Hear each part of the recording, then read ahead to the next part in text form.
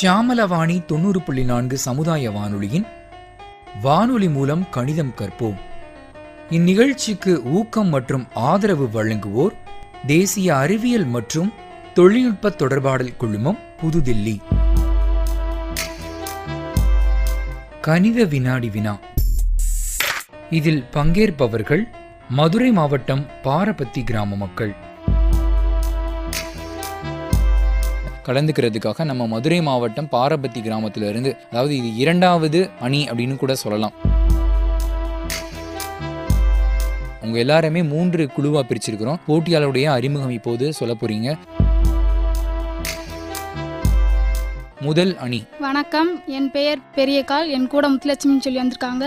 நாங்கள் பாரபத்தி கிராமத்திலிருந்து வந்திருக்கோம். நாங்கள் ஏ டீம். 2வது அணி.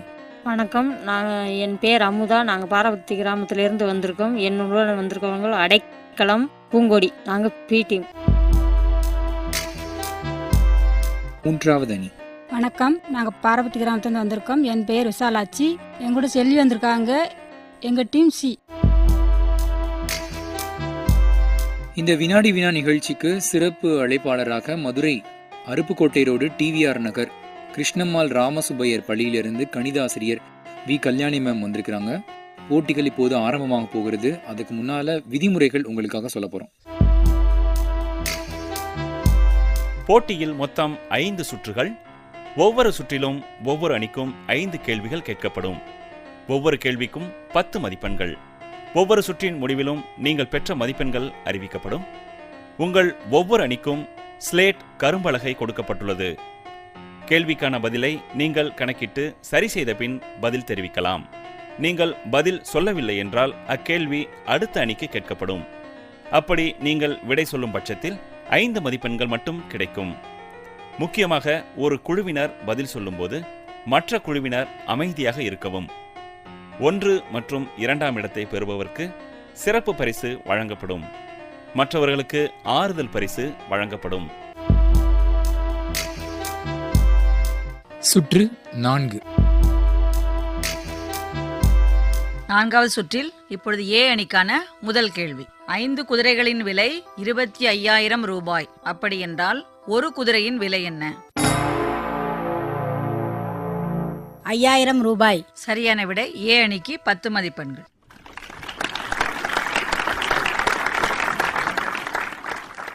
ஏ அணிக்கான அடுத்த கேள்வி இப்பொழுது 8 மூட தேங்காய் 64,000 ரூபாய்க்கு ஏலம் விடுறாங்க. இப்போ ஒரு மூட தேங்காய் என்ன விலை? 8,000 ரூபாய். சரியான விடை. ஏ அணிக்கு 10 மதிப்பெண்கள். இப்பொழுது ஏ அணிக்கான 3வது கேள்வி. ஒரு தோட்டத்தில் 5 வகையான மரம் இருக்கு. மாமரம், தென்னை மரம், வாழை மரம், அப்படி 5 வகை இருக்கு. மொத்தம் 1000 மரம் இருக்கு. அந்த நான் வகை சொன்னேனே, தென்னை மரம், வாழை மரம் எல்லாமே சம அளவில் இருக்கு. 5 வகை மரம், மொத்தம் 1000. எல்லா மரமும் சம அளவில் இருக்கு. இப்போ ஒவ்வொரு வகைக்கும் எத்தனை மரம்? 200 மரங்கள். சரியான விடை. ஏ அணிக்கு 10 மதிப்பெண்கள்.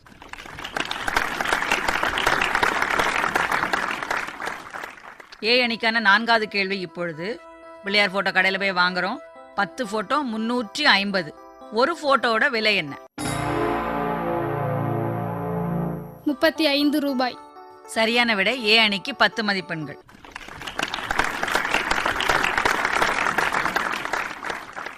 ஏ அணிக்கான கடைசி கேள்வி இப்பொழுது. மண்புழு உரம் போடுவாங்க, பார்த்துருப்பீங்கல்ல. அப்படி 2 தொட்டியில 250 மண்புழுக்கள் சமமாக தான் இருக்கு 2 தொட்டிலையும். இப்போ ஒரு தொட்டியில் எவ்வளவு மண்புழு இருக்கும்? 125. சரியான விடை. ஏ அணிக்கு 10 மதிப்பெண்கள்.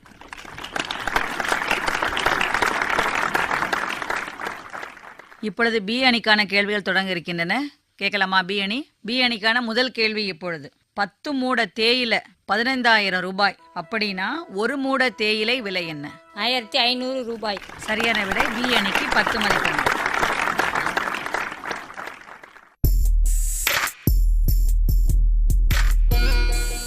இப்பொழுது பி அணிக்கான கேள்விகள் தொடங்கி இருக்கின்றன. பி அணி தயாராக இருக்கீங்களா? தயாராக இருக்கிறோம். பி அணிக்கான முதல் கேள்வி இப்பொழுது.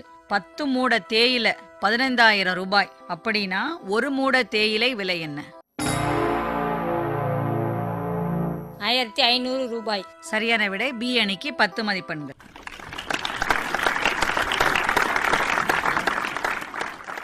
பி அணிக்கான இரண்டாவது கேள்வி இப்பொழுது. ஒரு கிராமத்துல 4 திசையிலையும் வீடு இருக்கு. மொத்த வீடு 100 சமமா தான் இருக்கு. ஒவ்வொரு திசையிலையும் எத்தனை வீடு? 25 வீடுகள். சரியான விடை. பி அணிக்கு 10 மதிப்பெண்கள்.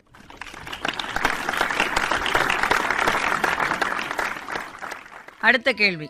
ஒரு கிராமத்திற்கு 10 தெருக்களுக்கு 100 ரேடியோ. ஒவ்வொரு தெருவுக்கும் எத்தனை ரேடியோ?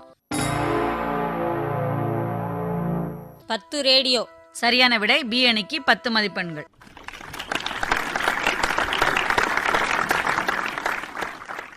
இருபது மூட பருப்பு 60,000 ரூபாய் விலை. ஒரு மூடை பருப்பின் விலை என்ன?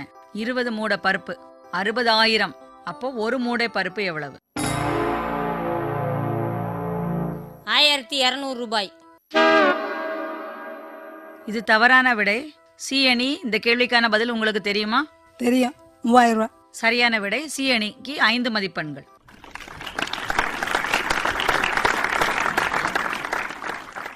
இப்பொழுது பி அணிக்கான கடைசி கேள்வி.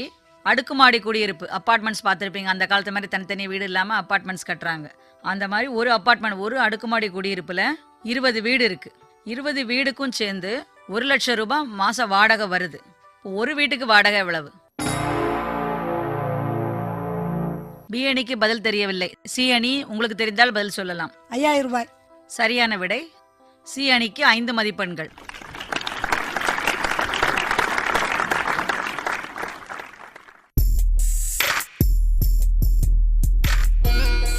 வானொலி மூலம் கணிதம் கற்போம் நிகழ்ச்சியில் இது கணித வினாடி வினா. இப்பொழுது இந்த சுற்றில் சி அணிக்கான கேள்விகள் தயாராக இருக்கின்றன. இப்ப சி அணிக்கான முதல் கேள்வி.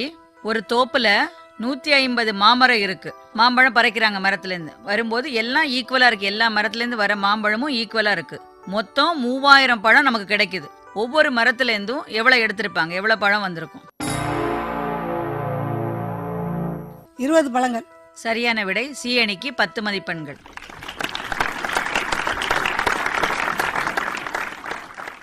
சி அணிக்கான இரண்டாவது கேள்வி இப்பொழுது.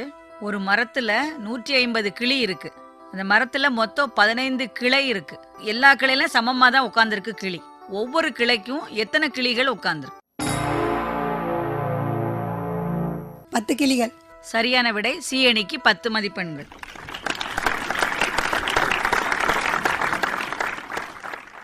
சி அணிக்கான அடுத்த கேள்வி. ஒரு 4 மாடி கட்டடம். ஒவ்வொரு மாடியிலையும் ஜாமான் இருக்கு. சம அளவுல தான் இருக்கு. மொத்தம் 160 ஜாமான்கள் இருக்கு. இப்போ ஒவ்வொரு மாடியிலையும் எத்தனை இருக்கும்? 40. சரியான விடை. சி அணிக்கு 10 மதிப்பெண்கள்.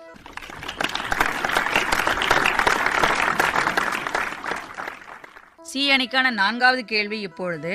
99ல எத்தனை 11 இருக்கு? 99 11 11 பிரிங்க. அப்படி எத்தனை 11 வரும் அதுல?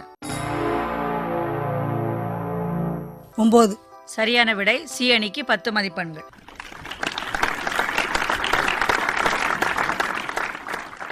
சி அணிக்கான கடைசி கேள்வி இப்பொழுது. முதல்ல கேட்ட கேள்வியே மாதிரிதான் இதுவும். 1000த்துல எத்தனை 200 இருக்கு? 1000த்தை 200 200 பிரிச்சுக்கோங்க. அப்படி ஒரு 1000த்துக்கு எத்தனை 200 வரும்? 5. சரியான விடை. சி அணிக்கு 10 மதிப்பெண்கள்.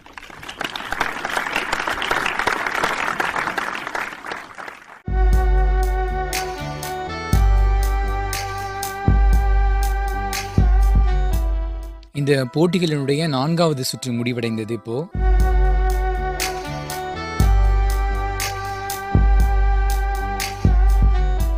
டீம் ஏ 50 மதிப்பெண்கள், டீம் பி 30 மதிப்பெண்கள், டீம் சி 60 மதிப்பெண்கள். இன்னும் ஒரே ஒரு சுற்று தான் பாக்கி இருக்குது.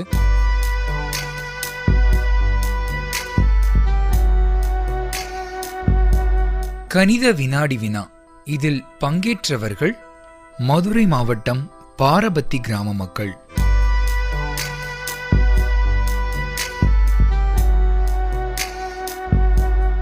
கணித வினாடி வினா நிகழ்ச்சியின் அடுத்த சுற்றுகளை இனிவரும் பகுதிகளில் கேட்கலாம். நாடக கணிதம். தினமும் நம் அன்றாட வாழ்க்கையில் நடைமுறை கணக்குகளை நாடகம் மூலம் அறிந்து பயன்பெறும் கணிதம் கற்போம் எனும் சுவையான நிகழ்ச்சி. நிகழ்ச்சியை நன்றாக கேளுங்கள். ஒளிபரப்பான நிகழ்ச்சிகள் குறித்து மாதந்தோறும் கேள்விகள் கேட்கப்பட்டு சரியாக பதில் கூறுபவர்களுக்கு பரிசுகள் வழங்கப்படும். வானொலி மூலம் கணிதம் கற்போம் நிகழ்ச்சியில் இனி கலந்துரையாடல் கேட்கலாம்.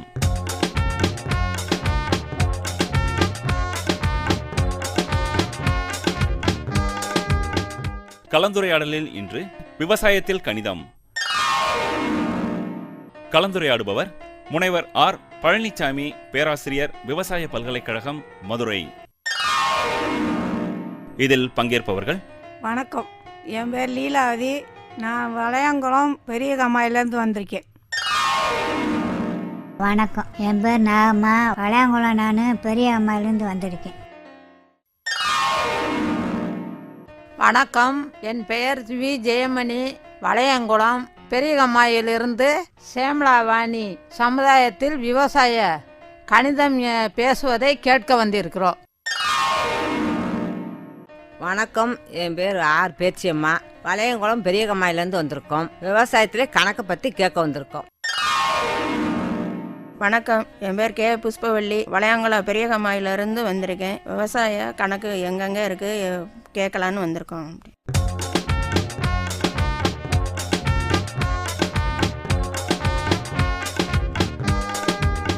வணக்கங்க, எல்லாருக்கும் வணக்கம்.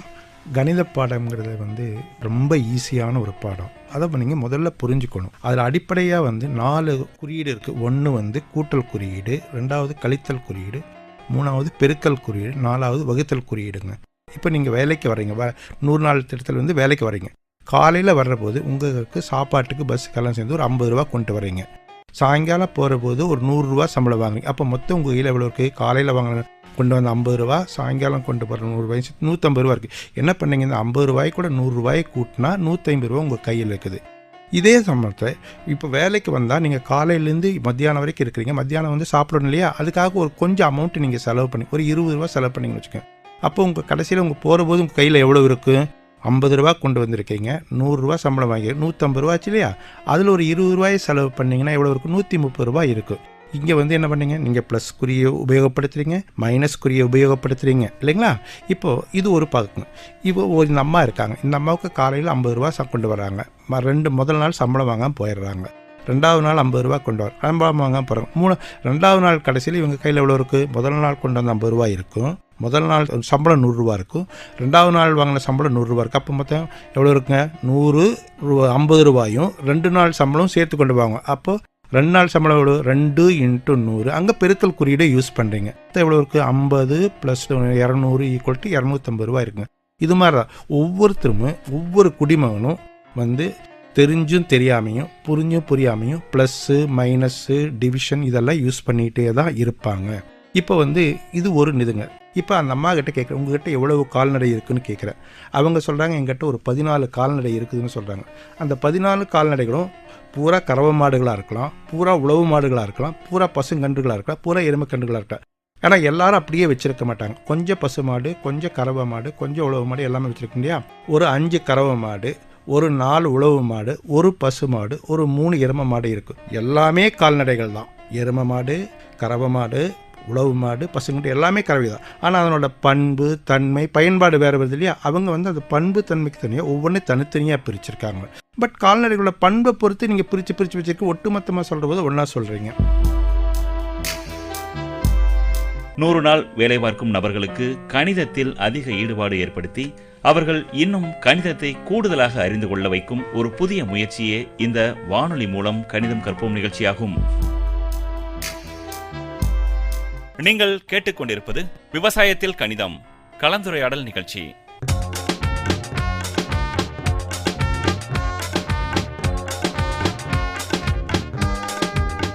கணக்கு தெரியாதையா விவசாயம் செய்ய முடியாதா என்னால்? அதாவது கணக்கு உங்களுக்கு தெரியலன்னு சொல்லவே முடியாதுங்கம்மா. நீங்கள் வந்து இப்போ வந்து தோட்டத்தில் இருக்கிறீங்க, 1 ஏக்கரா பயிர் செய்கிறீங்கன்னு வைங்க, 4 பேர் விட்டு நடவு நடுறீங்கன்னா ஒரு ஆளுக்கு 10 ரூபா கூலினா 4 பேருக்கு எவ்வளோ கூலி கொடுப்பீங்க? 40 ரூபா கொடுப்பீங்க. அதாவது உங்களோட உள்ளுணர்வே சொல்லிவிடும் இவ்வளோ ரூபா கூலி கொடுக்கணும்னு சொல்லும். ஒரு உழவு மாடு ஒழிச்சு உழவு ஓட்டினீங்கன்னு வச்சுங்க, அதுக்கு எவ்வளோ கூலி கொடுக்கணும்? 100 ரூபா கூலி கொடுக்கணும். 2 உழவு மாடு 2 பேர் வந்தால் எவ்வளோ கூலி கொடுப்பீங்க? 100 × 2 200 ரூபாய். இந்த மாதிரி கணக்கு உங்கள் உள்ளுணர்வே காட்டி கணக்கு தெரியணுங்கிற அவசியம் இல்லை. அதை பழக்கத்திலேயே உங்களுக்கு அந்த கணக்கு வந்துடும். விவசாயம் செய்யறதுக்கு அடிப்படையான கணக்கு வந்து கூட்டல், கழித்தல், பெருக்கல், இவ்வளவுதான், வேற ஒன்றுமே இல்லை. இது வந்து உங்களுடைய பழக்கத்தில் நாளாக நாளாக சர்வீஸில் வந்துடும்.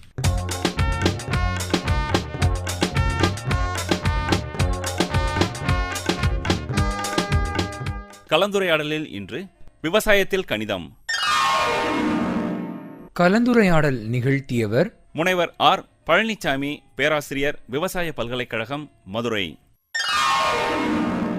இதில் பங்கேற்றவர்கள் மதுரை மாவட்டம் வளையங்குளம் கிராம மக்கள்.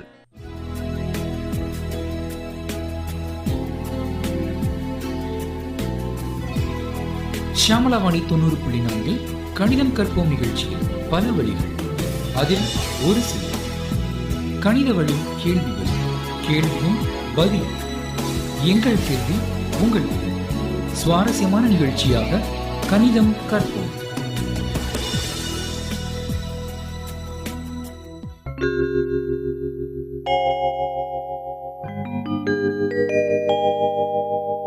வானொலி மூலம் கணிதம் கற்போம் நிகழ்ச்சியில் இனி நாடக கணிதம் கேட்கலாம்.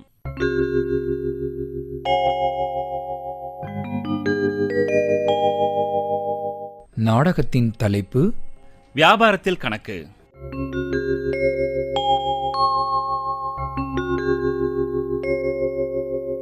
இதில் பங்கேற்போர் மதுரை மாவட்டம் பாரபத்தி கிராம மக்கள். இதில் வரும் கதாபாத்திரங்கள்: குருவம்மாவாக முனியம்மா, கனகாவாக இந்திராணி, செல்லம்மாவாக பூமயில். நாடக கதை எழுதியவர் திரு எம். கிருஷ்ணன். நாடக இசையமைப்பு ஷியாமலாவாணி 90.4. என்ன குருவம்மா, குழம்பு போயிருக்கிறது மாதிரி தெரியுது, என்ன விஷயம்? அது ஒன்றும் இல்லை கனகா, நான் வளர்த்த கோழியில் கோழிக்காரங்க 4 கோழியை வாங்கிட்டு போயிட்டாங்க. 1 கிலோ 270 ரூபான்னு சொல்லி இந்த பணத்தை கொடுத்துட்டு போனாங்க. அந்த கோழியோட எடையும் தெரியல, இந்த பணத்துக்கு கணக்கும் புரியலை. நீ இதே கனகா எனக்கு புரிய வைக்கணும். இப்போ நீ வச்சிருக்க பணம் எவ்வளவு? அதைத்தா, அப்புறம் நான் சொல்கிறேன். இந்தா கனகா. 1000 ரூபா தாள் ஒன்று, 500 ரூபா தாள் ஒன்று, 2 100 ரூபா தாள், 50 ரூபா தாள் ஒன்று, 5 ரூபா தாள் ஒன்று, ஆக மொத்தம் 1755 ரூபா. சரி கனகா, கோழியோட எடை எவ்வளோன்னு தெரியலையே, அதை முதல்ல கணக்கு பண்ணி சொல்லு, அப்போத்தே எனக்கு நிம்மதி. அது இருக்கட்டும் குருவம்மா, கோழியை இடம் ஓடும்போதில் நீ எங்கே ஓன? கோழியை இடம் ஓடும்போது பக்கத்தில் தான் இருந்தேன், ஆனால் இடம் எம்புட்டுண்டு கண்டுபிடிக்க தெரியலையே. என்ன குருவம்மா, இடக்கல்ல கூட பார்த்து கணக்கு பண்ண தெரியலையா? ஐயோ, இடக்கல்ல திராசனா கண்டுபிடிச்சிருவேன். ஏதோ ஒரு மிஷினை கொண்டு வந்து இடம் பார்த்தாங்க, அது ஏதோ ஒரு நம்பராக காமிச்சது, அது ஒன்றும் புரியலை கனகா. ஓஹோ, அது எலக்ட்ரானிக் மிஷினு, அதான் உனக்கு கண்டுபிடிக்க முடியலை. அது என்ன எலக்ட்ரானிக்ஸோ? முதல்ல எடையை சொல்லு கனகா. சொல்கிறேன் குருவம்மா, சொல்கிறேன். உங்கள்கிட்ட கொடுத்த 1755 ரூபாய 270 ரூபாய வகுத்தா 6.5 கிலோ வருது. அதான் உன் கோழியோட எடை. உங்கள்கிட்ட கொடுத்த ரூபா 1755. இந்தா குருவம்மா, அவங்க ஆசைப்படி. ஏதோ ஒரு மிஷினை வச்சு அளந்துட்டு போயிட்டாங்க. அவங்க என்னையவே ஏமாற்றிட்டாங்களான்ட்டு நினைக்கிறேன். அதே ஒரே கவலையாக இருக்குது. எந்த தாய் கோழியோட கோழியா அவங்களுக்கு கொடுத்த குருவம்மா? இந்த தாய் கோழியோட கோழியத்தை நான் கொடுத்தேன். 8 குஞ்சு பொறிச்சு 8 திசையும் பறந்து காப்பாத்துச்சு. அதில் தான் 4 கோழியை கொடுத்தேன். இந்த இருக்கு பாரு மிச்சம் 4 கோழி. அவ்வளவுதானே, இப்போ கண்டுபிடிச்சிருவோம். கையில் வெண்ணெயை வச்சுக்கிட்டு நெய்க்கு அலைஞ்ச கதையாவில் இருக்குது. வா குருவம்மா, நம்ம செல்லம்மா கடைக்கு போவோம். அவள் அந்த மிஷினை வச்சுருக்கா, அங்கே போனால் உன் கோழியோட உண்மையான எடையை கண்டுபிடிச்சிடலாம். அந்த 4 கோழியும் பிடிச்சிட்டு வாங்குருவோம்மா. இந்த கூடையில் தான் இருக்குது, நான் பிடிச்சிட்டு வரேன் கனகா. ஷியாமளவாணி 90.4 சமுதாய வானொலியில் நீங்கள் கேட்டுக்கொண்டிருப்பது நாடக கணிதம். செல்லம்மா, இந்த 4 கோழி எடை ஓட்டு சொல்லுமா. என்ன கனகா, கோழி வியாபாரம் பண்ண போறியா? இல்லை செல்லம்மா, நம்ம குருவமாட்ட கோழி வாங்கிட்டு போயிருக்காங்க. அவளுக்கு எடை தெரியாமல் இருந்திருக்கா, அதே எங்கே கூட்டிகிட்டு வந்தேன். எடைய என்னான்னு பார்த்து சொல்லுமா. 2 கோழியா முதத்தா? இந்தா செல்லம்மா. இது 3 கிலோ இருக்கு. கனகா இதே மாதிரி அந்த மிஷினு காமிச்சது.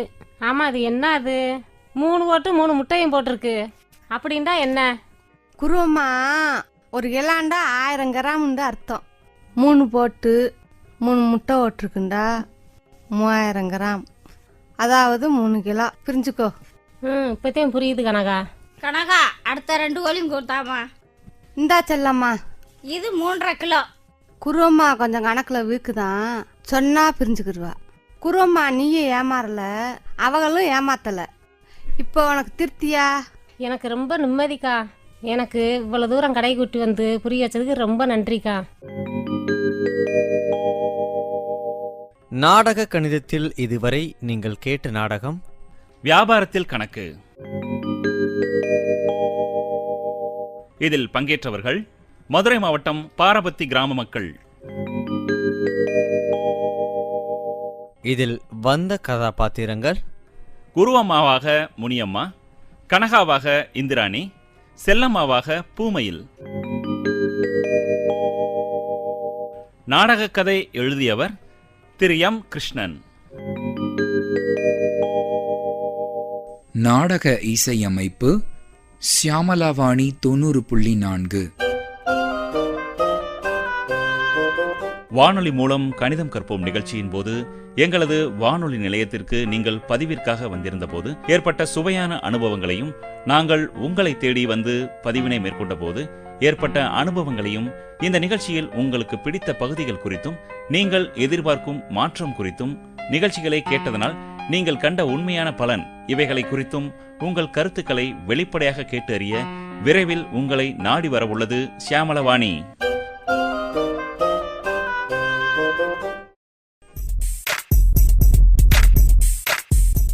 ஷியாமளவாணி 90.4 சமுதாய வானொலியின்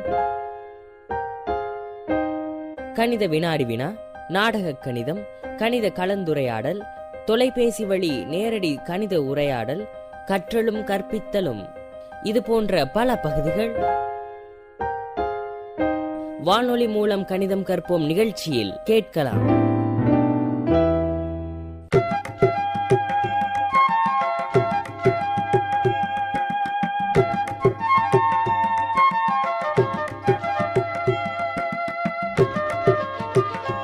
வானொலி மூலம் கணிதம் கற்போம் நிகழ்ச்சியிலேனே கற்றலும் கற்பித்தலும் கேட்கலாம்.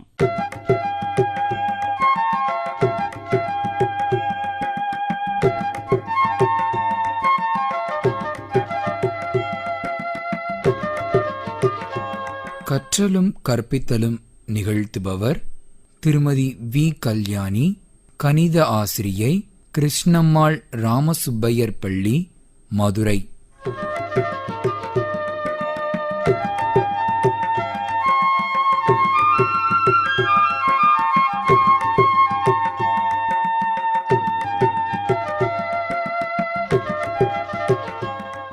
இதில் பங்கேற்பவர்கள்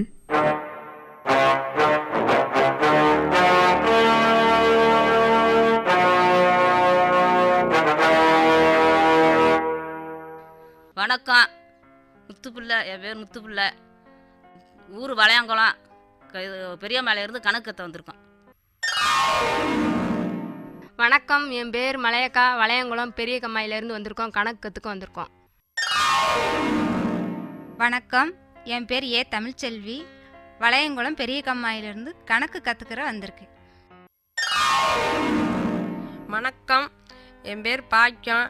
வளையங்குளம் பெரிய கம்மாயிலேருந்து கணக்கு கற்றுக்கிற வந்திருக்கோம்.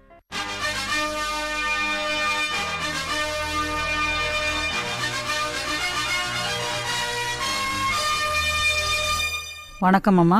இப்போ நம்ம இன்னைக்கு கணக்கு பாடத்தை பற்றி படிக்க வந்திருக்கோம்.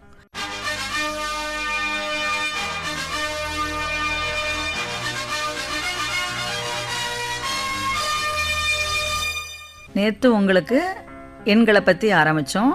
1 இலக்க எண்கள், 2 இலக்க எண்கள் எல்லாத்தையும் பார்த்தோம். நம்ம இப்போது தனித்தனியாக எண்களை கொடுக்க போகிறேன்.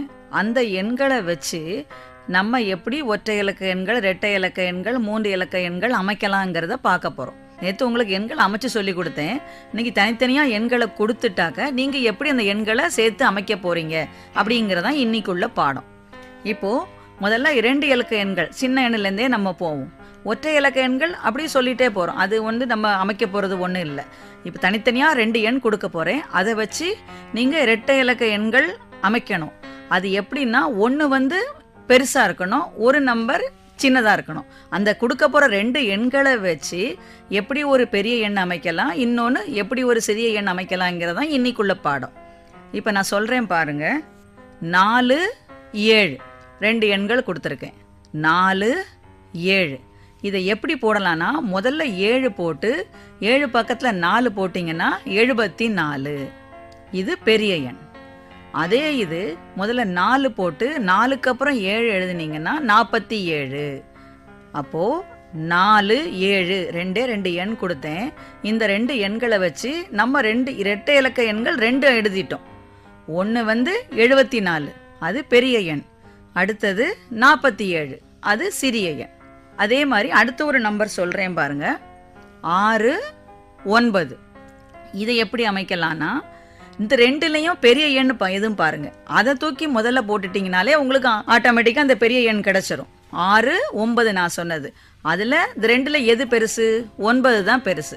அப்போ 9 முதல்ல எழுதுங்க. அது பக்கத்தில் 6 எழுதினீங்கன்னா 96. அப்போ அது பெரிய எண். 2லையும் கொடுத்த 2 எண்ணிலையும் எது சின்னது? 6. 6 முதல்ல எழுதுங்க. அதுக்கப்புறம் 9 எழுதுங்க. 69. அப்போ கொடுக்கப்பட்ட எண்கள் 2, 6, 9. இந்த எண்களை வச்சு நம்ம இரட்டை இலக்கங்க அமைக்கும்போது 96ங்கிறது பெரிய எண், 69ங்கிறது சிறிய எண். இதே மாதிரி இன்னும் 2 உதாரணம் கொடுக்குறேன் பாருங்கம்மா. 8, 5 இந்த 8, 5ங்கிறதுல எது பெருசு? 8 தான் பெருசு. அப்போது முதல்ல 8 எழுதுங்க. அது பக்கத்தில் 5 எழுதுங்க. அப்போ சேர்த்து வாசிக்கும்போது அது என்னது? 85. அப்போது இரட்டை இலக்க எண்ணில் பெரிய எண் 85. இந்த 8லையும் 5லையும் சின்னது என்னது? 5. அப்போ 5 முதல்ல எழுதுங்க. 5 பக்கத்தில் 8 எழுதுனீங்கன்னா 58. 58ங்கிறது சிறிய எண். அப்போ கொடுக்கப்பட்ட 2 எண்கள் 8லையும் 5லையும் நம்ம 2 இரட்டை இலக்க எண்கள் அமைச்சிட்டோம். ஒன்று 85, ஒன்று 58. 85ங்கிறது பெரிய எண், 58ங்கிறது சிறிய எண்.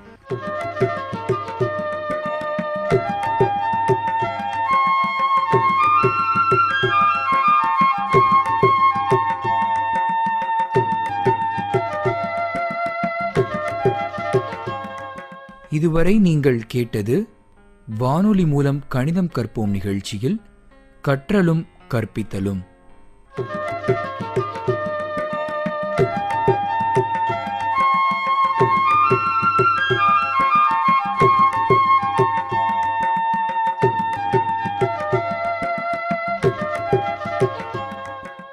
கற்றலும் கற்பித்தலும் நிகழ்த்தியவர் திருமதி வி. கல்யாணி, கணித ஆசிரியை, கிருஷ்ணம்மாள் ராமசுப்பையர் பள்ளி, மதுரை.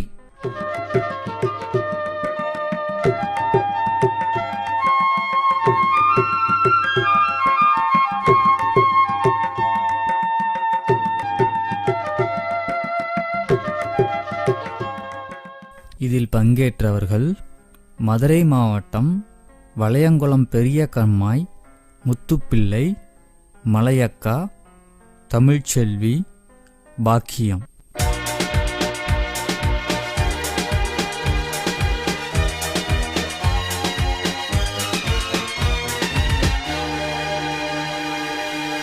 ஷியாமலவாணி 90.4 சமுதாய வானொலியின் வானொலி மூலம் கணிதம் கற்போம் இந்நிகழ்ச்சிக்கு ஊக்கம் மற்றும் ஆதரவு வழங்கியோர் தேசிய அறிவியல் மற்றும் தொழில்நுட்ப தொடர்பாடல் குழுமம், புதுதில்லி.